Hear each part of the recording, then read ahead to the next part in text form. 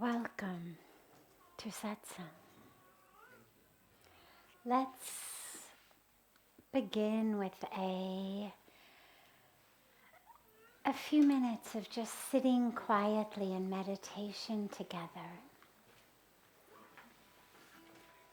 Make sure your phones are off or on silent.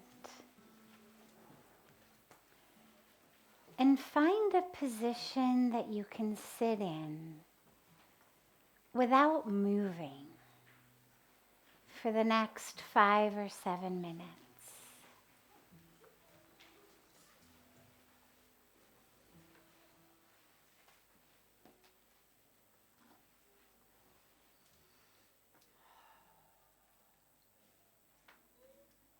Allow the awareness to pull inward and allow yourself to fully arrive to this moment, this place,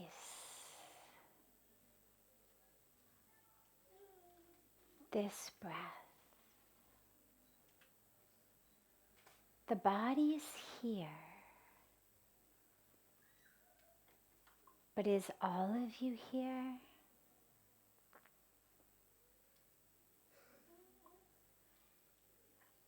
Allow yourself slowly to just drop into presence.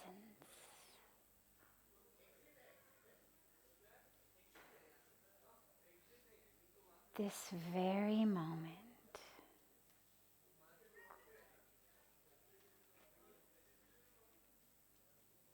This very spot.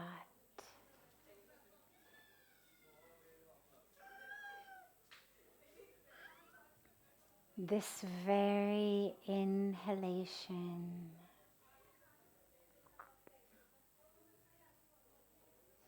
and this very exhalation.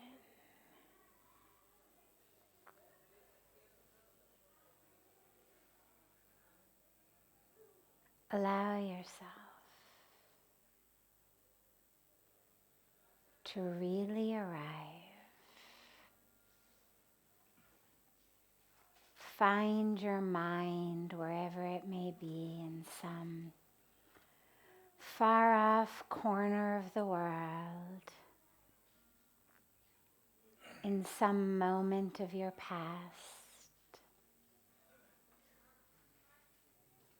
in some fantasy or anxiety about the future. Wherever your mind may be at the moment,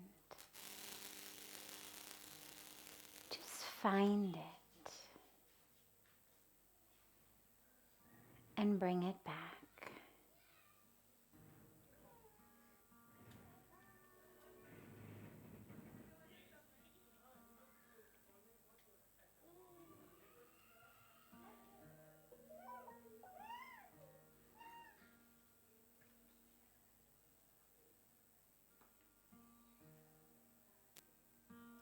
Try to hold your mind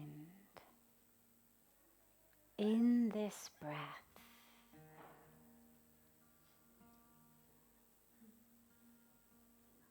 for as long as you can. The minute it starts to wander, just bring it back.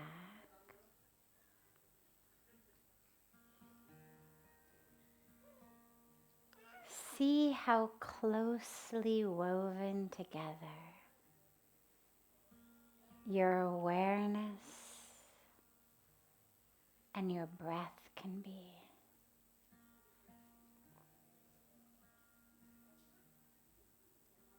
Such that one doesn't move without the other.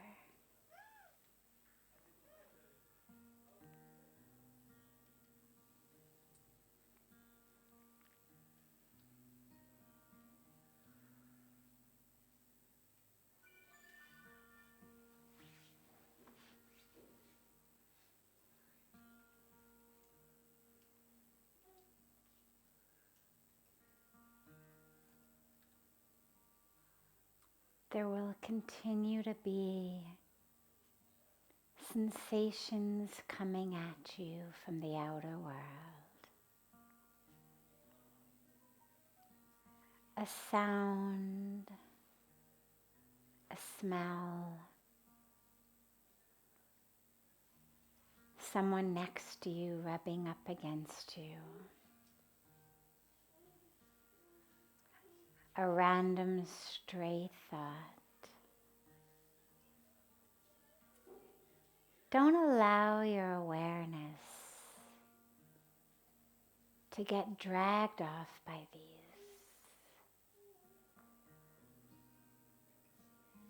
Just keep it merged with the breath in this very moment. This breath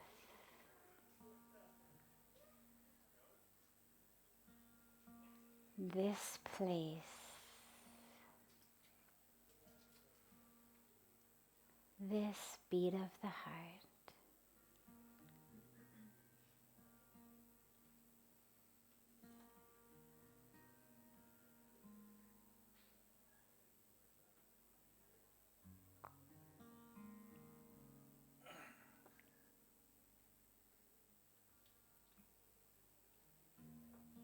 And allow the awareness to soften into the moment as you realize the moment is perfect.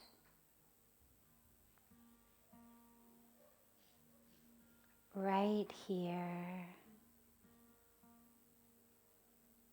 right now.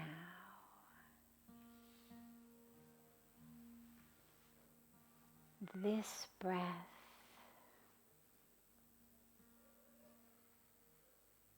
this awareness,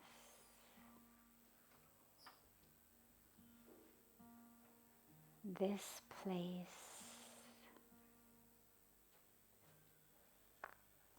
this experience. It's exactly perfect.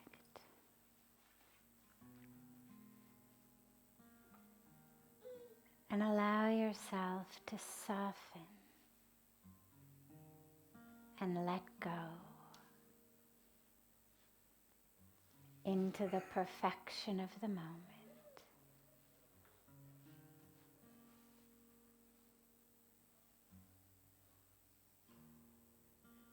Nothing to be or become. Nothing to do.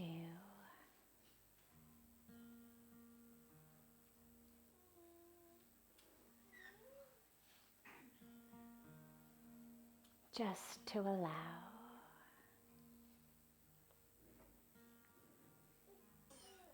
Allowing the breath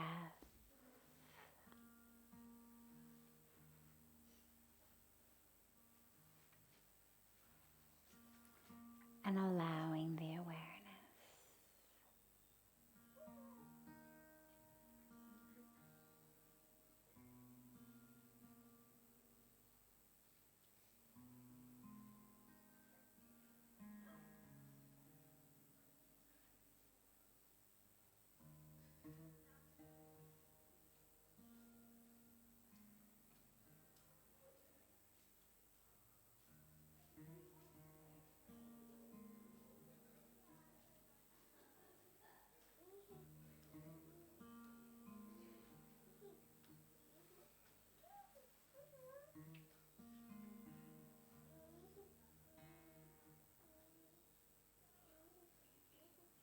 If the mind wanders,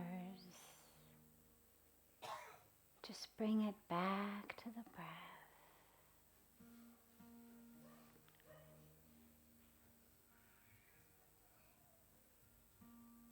Back to the presence of this perfect moment.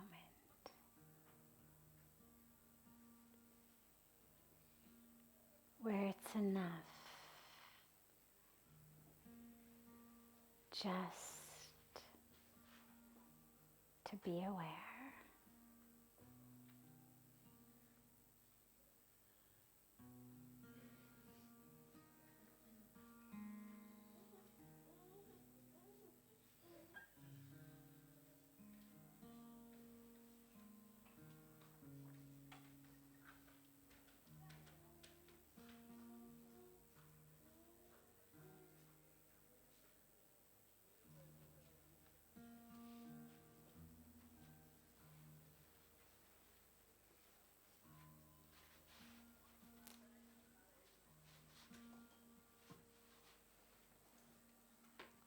Slowly bring your palms together at chest level and rub the palms of your hands gently against each other.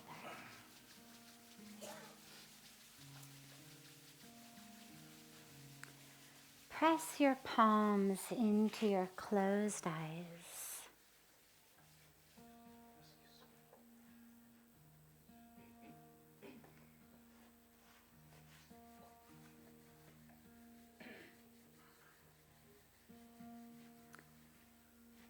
Slowly open the eyes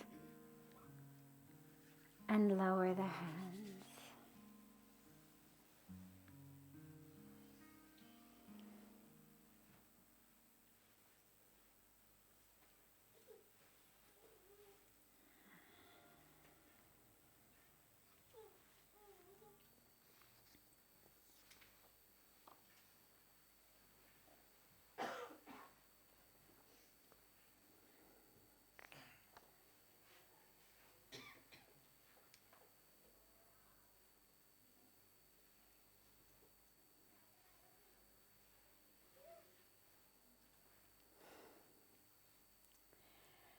Lately, the human side of my life has been like a cyclone, totally disrupting me spiritually and taking me back to thoughts and behaviors and ideas that are not the best part of me and are even part of a person I don't want to associate with and certainly to be anymore.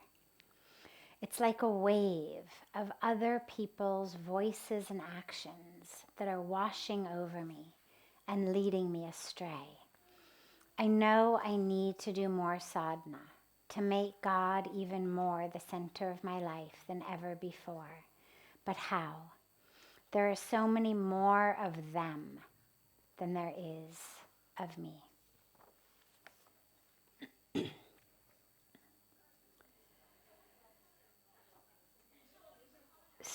So, as we embark on a spiritual path, and as that path unfolds, opens, blossoms, we start to really touch and live in and experience and be a whole new way, which is actually the truth of who we are. And it feels so much better suddenly for the first time in our life, whether we're 15 or 55 or 80 or however old we may be. For that first time in our life, we feel, this is me. And we start to have this experience of freedom, of expansion, of rightness, of light. And then somehow, seemingly out of the blue, all of these old past thoughts and voices and triggers and things start coming. And it feels like it's going to drown us. And suddenly it starts to pull you back into old ways of thinking, old ways of being. So it's important to realize that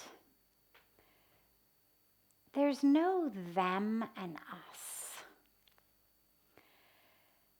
Nobody actually has control over my mind and my thoughts unless I give it to them. And so this them and us aspect, there's more of them than there is of me. Well, if they are only outside me, they don't have any control. It's like a whole bunch of people screaming at me through a very thick glass window. The only way that it impacts me is if those voices are actually inside my own head. This is why when you go away to a meditation retreat. You go away to an ashram, a retreat center, a place, and all the people who are the triggers in your life are not there. Your job isn't there, your traffic isn't there, your annoying neighbors aren't there. All the things that you think are triggers in your life are not there. But nonetheless, you sit down to meditate and the mind is on. If it were just a matter of the people outside, if everyone can just take a moment and make sure your mobiles are off, that would be wonderful. If it were simply a matter of the voices of the outside world, meditation would be easy. $2 pair of earplugs would be the answer. You wouldn't even have to go off to a retreat center. You would just have to buy a good pair of earplugs. At the most, you could check yourself into a cheap motel room nearby. But as we know, that's not enough. I can stick in all the earplugs in the world.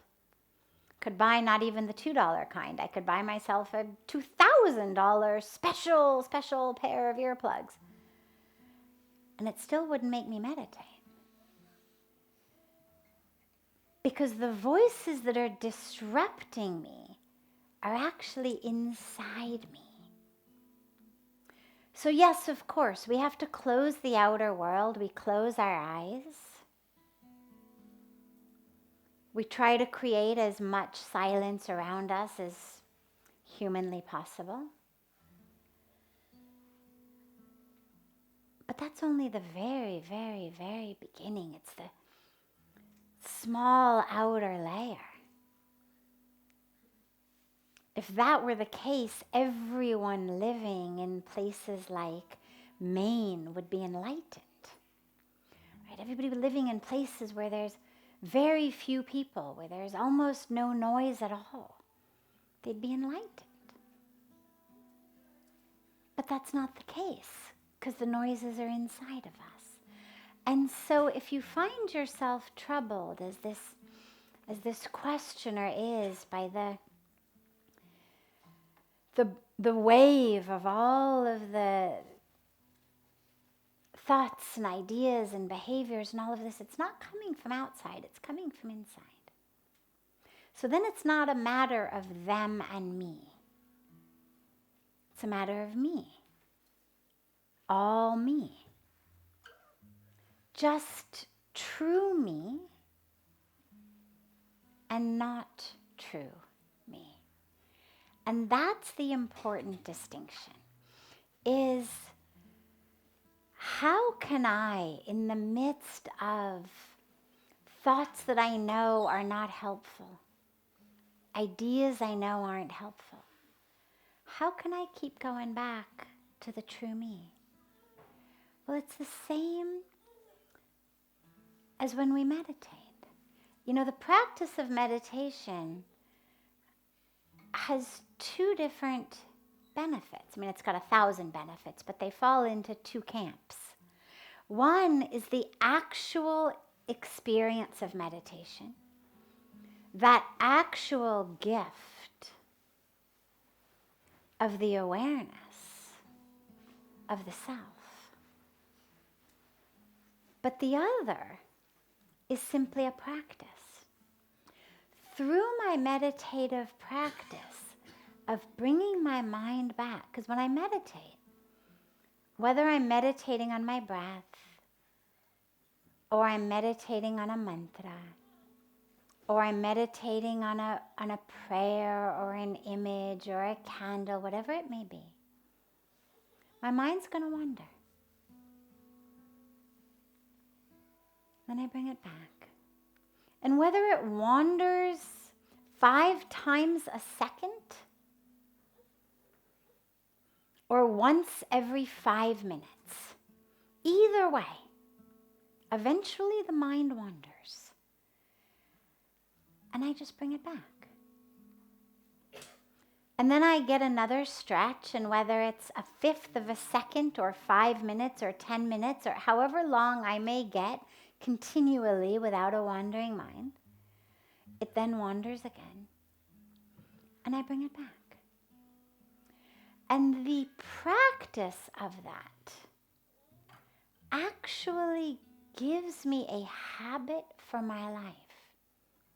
Because when these not highest me, not real me, not true me, thoughts, ideas come in that I know are ones I've internalized, but they've come in from the outer world. They've come in from something that someone told me. Typically my parents or someone in my family of origin.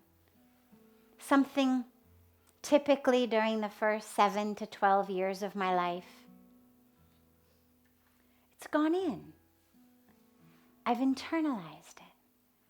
But it's not me. It's not core, purest, deepest, truest soul consciousness me. And so the minute I find myself having one of those, I just bring my mind back. Because I've already developed this practice in my meditation. So in the same way that in meditation mind wanders, I bring it back. Well, in life, mind goes jealousy, ego, anger, greed, attachment, grabbing, aversion, wherever my mind may go. And I just bring it back. True self. Wanders again. Fear, greed, attachment, yearning, aversion, ego. I bring it back. True self. And that's all it is. It's not a wave that's going to drown you. They're just thoughts. They're just chemical and electrical patterns of behavior in the brain. They only have as much power as we give them. The problem for us is that we think, I am my thoughts. And we identify as them. And that's what's important, is don't identify as them. Look at it, acknowledge it, see it, oh, I'm having an electrical, chemical pattern of behavior in my brain of lust, of greed, of fear, of desire, of ego. Okay. It's over in a split second. These electrical impulses, these chemical impulses in the brain are microseconds. But when we latch on to them, when we like them, we keep making them happen over and over and over and over again. And then instead of being a microsecond, it becomes my life. And then we say, oh, I don't know what to do about them. But the truth is, it is me who is the one perpetuating them. That was just a microsecond impulse. Bring it back. Bring it back.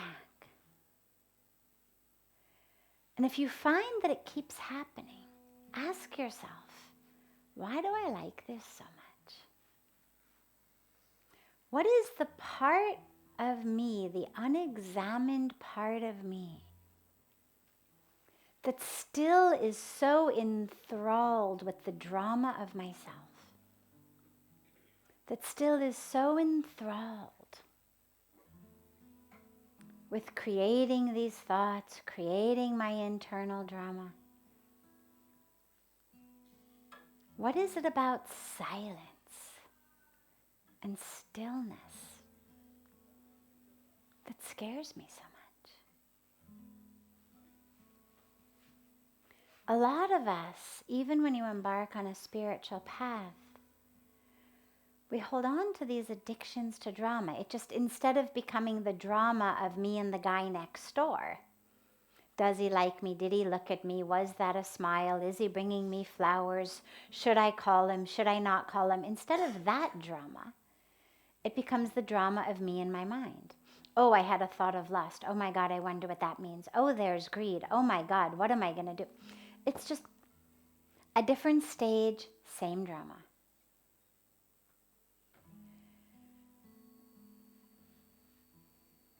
What is it about stillness that's so scary? It's that the ego dissolves in stillness. The ego needs a drama to hold on to. So whether it's a drama of me and the guy or the girl next door, whether it's a drama of me and my mind, either way, it keeps the ego going. But stillness, there's nothing for the ego to latch on to.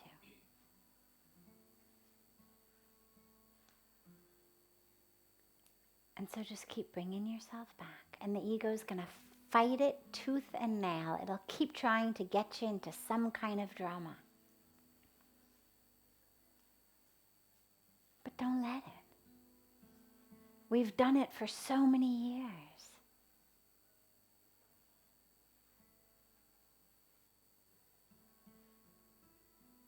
Try something new.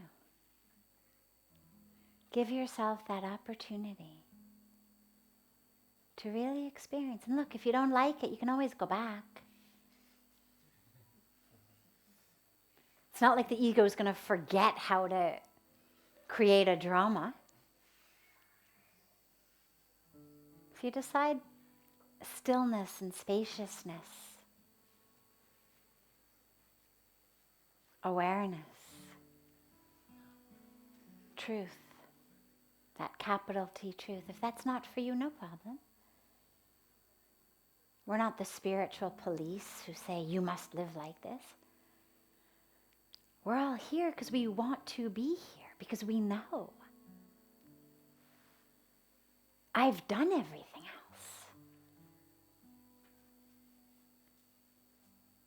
And it hasn't given me really what I need. And our own minds are that final frontier.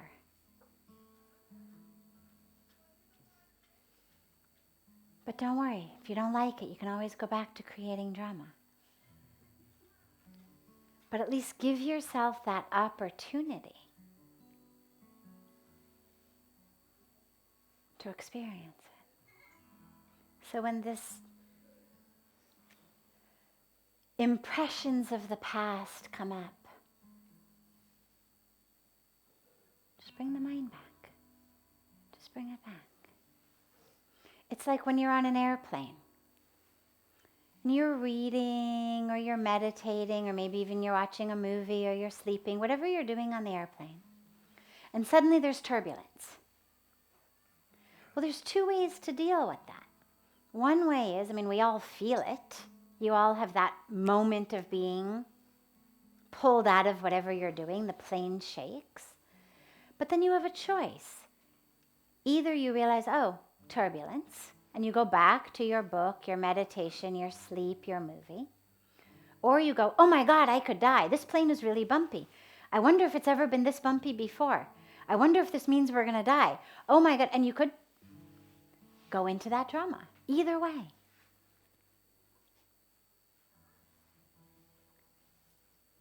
And that's the choice we have in our minds. There's that little blip in the mind. Something happens. Little blip. The choice is go back to where you are. Come back to the self. Back to the truth.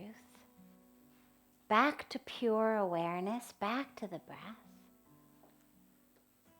Or allow yourself to get lost in the drama of whatever the blip was that just happened. And that's how most of us live. And that's why we miss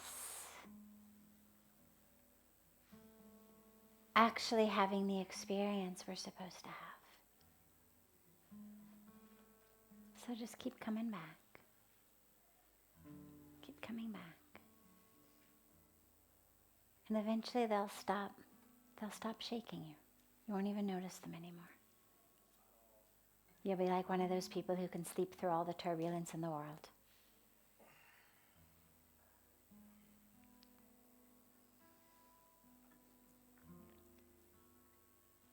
Are there any questions that anyone here has before taking any of the others that came in advance? I'm happy to open it up and take any questions if anyone here has any. Yes. Oh. Yes. So my question is kind of aligned with what you just explained. Yes. So if outside of the ashram I find myself in an environment that is very judgmental and there's a lot of gossiping, and I immerse myself into stillness, but there's no change around me, so I try to just set up find the stillness in me and Yes. maybe be an example for the others. But if there is no change, is there anything that you could recommend? Well, it depends what the goal is. She said, when I find myself outside of the ashram, in the outer world, where there's gossip and all of the negativity and nonsense that we all know goes on in our outer social world. And she said, I try to just center myself and be an example to others, but when it doesn't work and they don't change, is there anything else to do? And it depends on what the ultimate goal is. It is like the stop of judgment and gossiping in particular. For others. So that's a very tricky goal. When our goal is about changing others, we're setting ourselves up for great frustration. Great frustration. Because we don't actually have any control over others. And as anyone who's ever tried to make anyone else change knows, it's an exercise in frustration. And this is true not only when there are people who are just friends, colleagues, other classmates, or neighbors, or whoever they may be, but it's even true when they're close loved ones and family members. This is what creates so much trouble in families, is we want to change each other. Now, we always want to do it in our minds for the other person's benefit. Nobody thinks, oh, I know I'm going to change somebody in a really bad way for them. I'm going to mess up their life. We always think, I'm going to help them. I'm going to show them. I'm going to teach them. But what the other person hears and feels is, there's something wrong with me. You think you're better than I am. You don't accept me.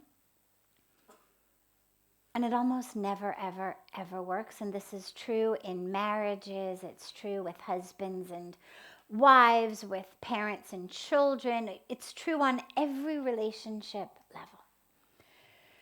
And that's with people who actually have an agenda to stay with you. That's with people who really have committed their lives to be with you, who presumably would like to change for you if they could, because they love you and they want to be with you. Random people in the outside world have no interest in changing for you. As a general rule of thumb, most people think that how they are is not only perfect, but is better than everybody else around them. This is why if you say to most people, what is the one thing keeping you not in peace in your life? Or what's the one thing keeping you from happiness in your life? the vast majority of people will blame someone else.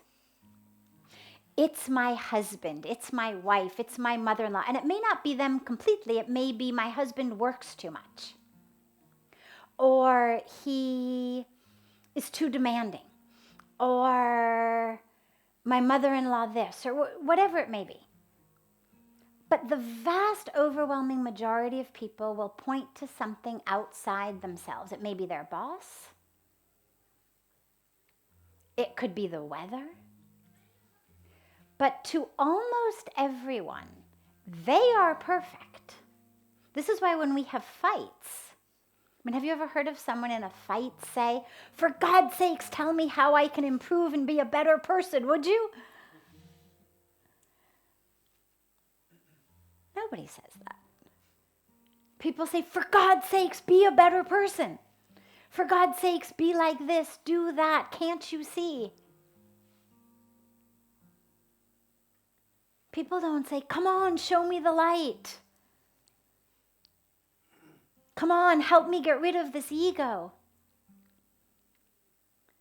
People say, "Come on, stop being so stuck in your ego. Come on, stop being so ignorant. Stop being in the darkness." We all think we are living in the light. We are the right ones and other people are the problem. And I share this because it's important to realize that even though when you want to help someone, you're doing it out of this beautiful place in you that has experienced something, touched something that is so real and so beautiful. But until and unless someone says to you, "Teach me, show me, help me," they're not going to listen. And this is a really important rule of thumb in our relationships, especially as we grow on our spiritual path. Because as we grow, we want to share. We want to teach, we want to show. We see people struggling, we see them slipping, we see them falling, we see them miserable. And we want to help. The problem is in most cases in their mind. Their problem isn't themselves, their problem is someone else. And it may be their childhood, it may be their mother, their father. It may be something today. But a really good rule of thumb, it's a personal rule of thumb that I use as well in my life. Until and unless someone says to me, "Help me, guide me, teach me, show me,"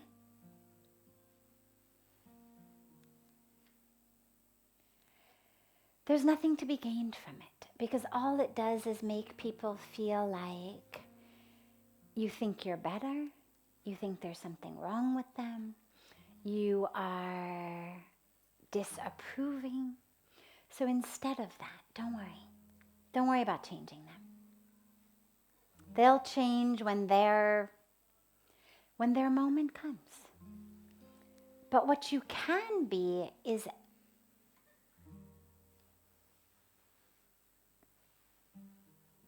a transmitter of peace, of grounding,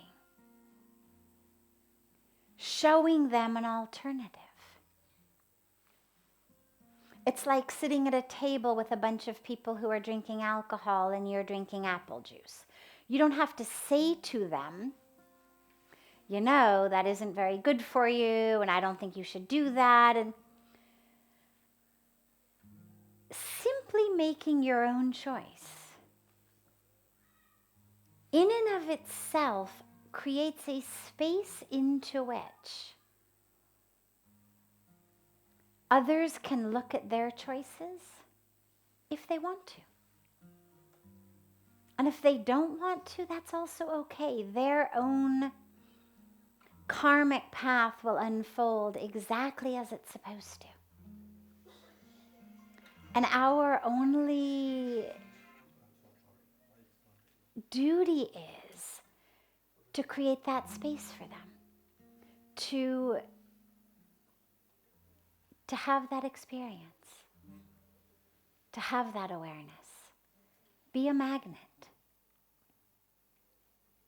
Be a magnet. And you certainly have the right to say, I would rather not be part of this conversation. You certainly have the right to say, this is not a conversation I feel comfortable with. I'm really working to keep my mind, my heart pure.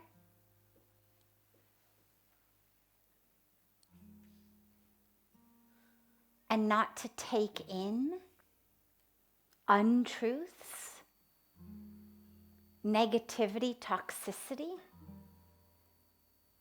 by any way. We don't only take things in by our mouths, it's not just what we eat. We're very careful about what we eat, about the air we breathe, about the water we drink. But what about all the nonsense that we're listening to with our ears? It's going inside. So in the same way that you would say, no thanks, I'd like not to drink that tap water. I'd much rather have it filtered, please. Or I'd really rather not eat that food that isn't cooked properly. I'd much rather eat this food that was cooked cleanly and hygienically and sattvically. You absolutely have the right to say, in the same way that I take care of the water I drink and the food that I eat and the air that I breathe, I also am taking care of the energetic influences to me. And so I really would like not to be part of this conversation. And that in and of itself just creates a space for people to decide. Are they attached enough to the gossip that they're going to say, okay, fine, we'll go somewhere else and have the conversation? Or are they open to that space you've created? And that's all we can do. You move through the world as the best first producer and then transmitter of love and peace that you can be. And who that impacts and how it impacts them is out of our hands. It's in the hands of the divine.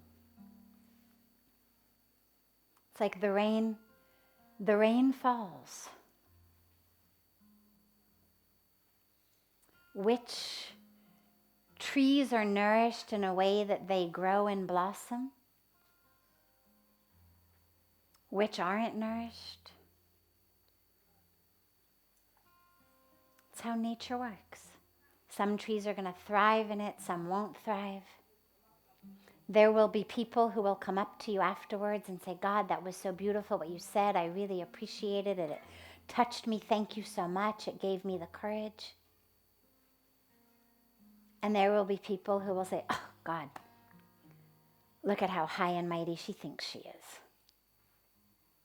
And there'll be everyone in between. But that's not your responsibility. Their reactions are not your responsibility. Your responsibility is just in the purity of your own action.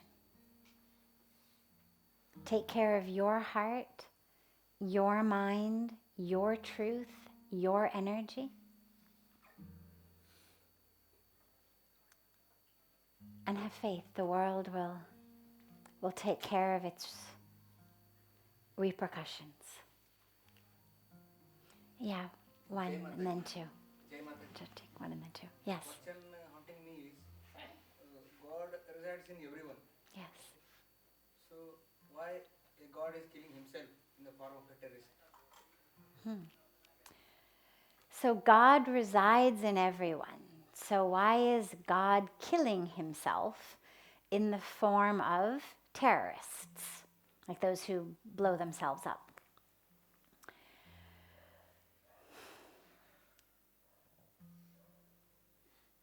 the God that resides in us is not the body. Because everyone dies, whether you die because you've blown yourself up as a terrorist, or you die at 115 as a yogi. Either way, the body's going to die. But in neither case does that which is divine die. So whether it's the soul of a terrorist or the soul of a yogi, in either case, only the body has died. And so the whole cycle of creation is a cycle of creation, right? This is when we look at the trinity of divinity that we speak about. Brahma, the creator, Vishnu and his incarnations as the aspect that sustains, Shiva as the aspect that destroys, dissolves. But it's a cycle. It's not linear. It's not creation, sustenance, destruction. It's a cycle. And so that which is destroyed or dissolved is to create space for the new creation. And so my favorite way of thinking about this is you think about the leaves on a tree that are green and lush and beautiful in the rainy season. And then they start to dry a little bit in the summer, the hot summer. And then the autumn comes in places of the world where we have the 4 seasons with autumn, and it gets really dry and they turn yellow and brown and red. And then they fall off the trees onto the ground. And then the snow comes and the snow backs those leaves down. And under the snow, those leaves turn into this very, very fertile soil. So that in the springtime, when the snow melts, those leaves have become this very fertile soil for the new blossoms of springtime. And so in the same way, when we die and the body returns to its elements, we are this cycle, right? It's the same as the law of physics teaches us. Matter cannot be created or destroyed. We're being recycled. We're born, we take a body, the body dies, it goes back into the elements become something new. So God is not killing himself or herself, itself, when the creation changes form. God exists as that which is eternal.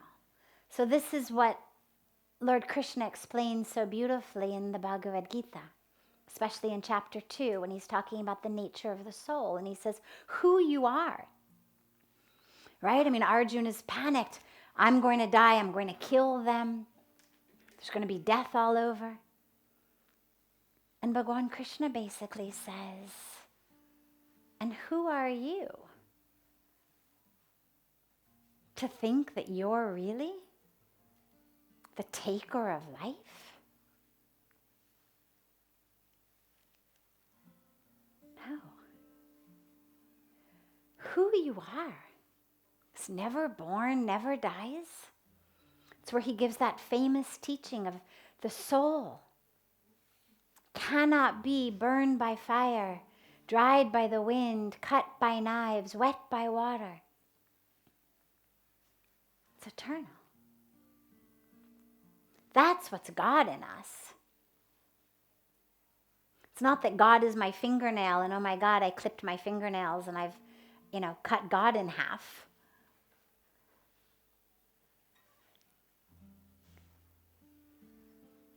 This is just the matter. It's going to keep changing forms. But that raises a very different issue, which we can take up tomorrow night because I want to have a chance to get to his question as well, which is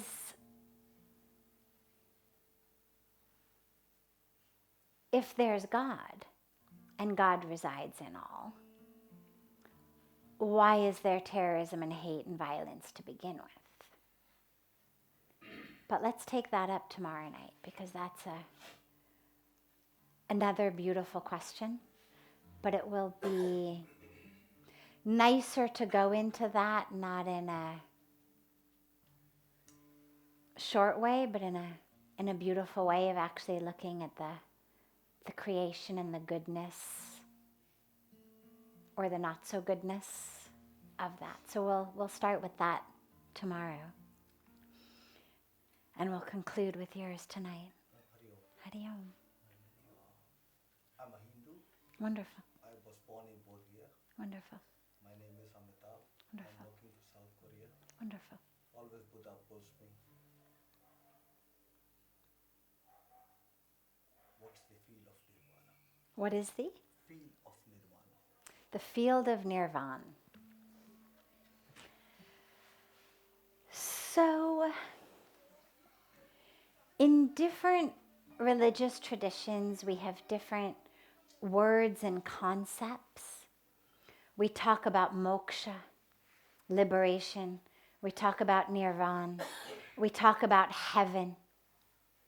We have different words that we use to describe this state of ultimate heaven. Now, without going into an academic philosophical distinction, let's look at what it is for us. So if you say to me, what is the field of nirvana? No, what's the feel of? The feel. I'm talking about the feel. The feeling, okay. So what is the feel of nirvana? If you say, what is the feel of that heaven? The feel of that freedom? The feel of that ultimate liberation? It's the feeling of truth. It's the feeling of being unencumbered by that which chains us, right? If I say to you, what's the feeling in general of freedom, right? Now, we all understand in our lives freedom on a small scale. So you are stuck in a tiny little airplane seat for a certain number of hours. You finally land, you get out of your airplane seat, you feel free. You're stuck in a class in school that's really boring. The bell finally rings. You are free. You are stuck in any one of innumerable situations. You're finally free. On a physical level, on an emotional level. We understand the distinction between being stuck and being free. Nirvana is the experience of being that on the highest level. So it's not an airplane seat, it's not a job, it's not a relationship, it's not a classroom that's keeping us stuck. It's our own minds. Nirvana, or moksha, or heaven, is that which we experience when we are free of the chains of unreality in our own minds. The chains that say to us, this is your life. You are this body. You better lose 10 pounds, gain 10 pounds, get in shape, make some money, build a house, get married, have kids, make something of yourself. That's the bondage. The chains that say to us, that person is the problem. This job is the problem. That traffic is the problem. This health issue is the problem. All of these outer things that we go through our lives trying to fix or to remove, they keep us stuck in a way of looking at ourselves and the world as objects, right? If that which stands between me and freedom is an object, it means I'm an object, right? If I'm driving my car down the road and suddenly I can't go anymore because there's an obstacle, whether it's a boulder or a family of cows or whatever it may be in the middle of my road, it has stopped me because I'm a car.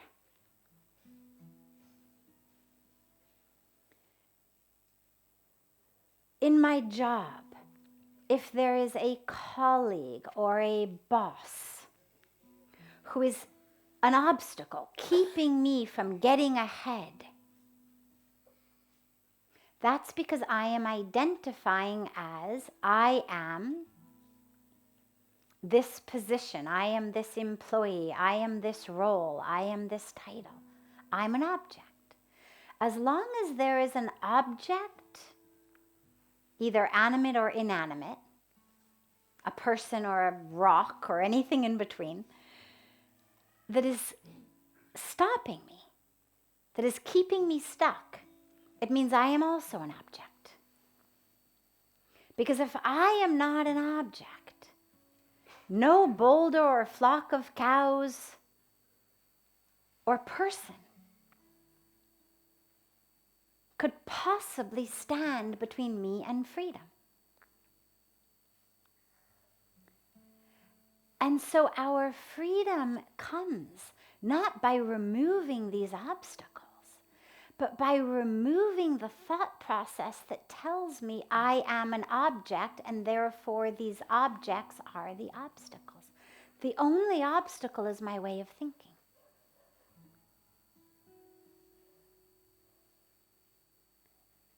And nirvana is being free of that way of thinking. Nirvana is knowing right here, right now, I am awake. First becoming awake and then knowing I'm awake. First it happens, then you know it happens. It's happening. Wonderful. It's happening. Wonderful.